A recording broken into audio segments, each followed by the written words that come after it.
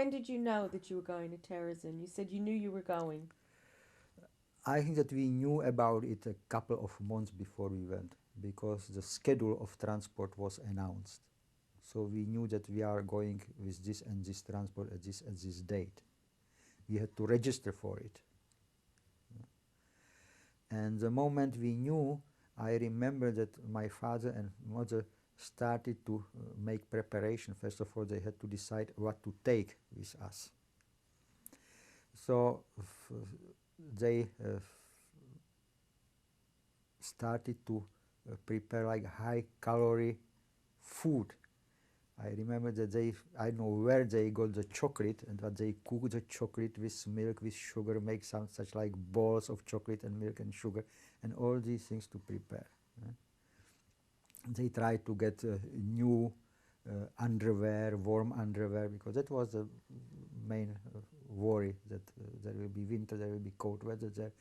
So whatever we could get, they put together. And finally we got the announcement, and we had to go to a school. There was a school, a site for concentrating all the Jews from Pardubice and surrounding in a certain place, and we stayed there for I think 2 or 3 days. What did you take with you? This was 1942, you said? That was December 1942. And how old were you? So I was 25, 17. And what did you take personally? I remember that I took few books in the luggage. What books? You know that I don't remember anymore what it was, but I know that I took about 2 books, and all the rest was just underwear and boots, shoes, and all these things that you need to survive. Was there an attempt to hide any money? No, no. No, you were not permitted to take. Well, you could take money, but then in this place where we are assembled, you first of all you have to sign off all your belongings that you left in your apartment, all your jewelry and everything, and you turn in all your money, all the jewelry and all these things directly there.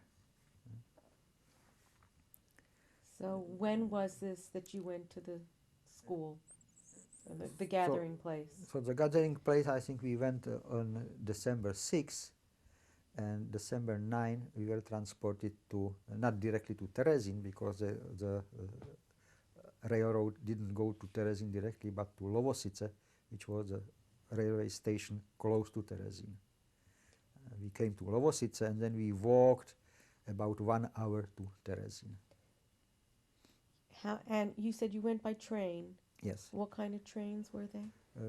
It was just personal trains. It was quite comfortable. Passenger train. It was quite comfortable ride. And were these trains being used for anything other than transporting Jews out of the towns into Terezin?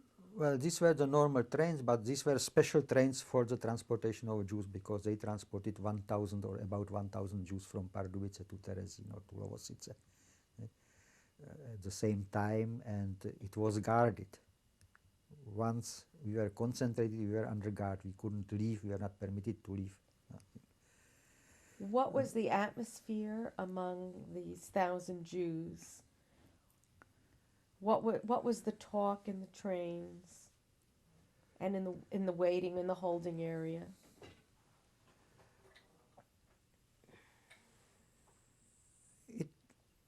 I don't want to say that it was excitement, but I would say that it was a relief. That it was relief that finally something's happening to us. And it's happening to all the Jews, and when it's to all the Jews, it's somehow safer than when there is a Jew family or a couple of Jews between the non-Jews. You know?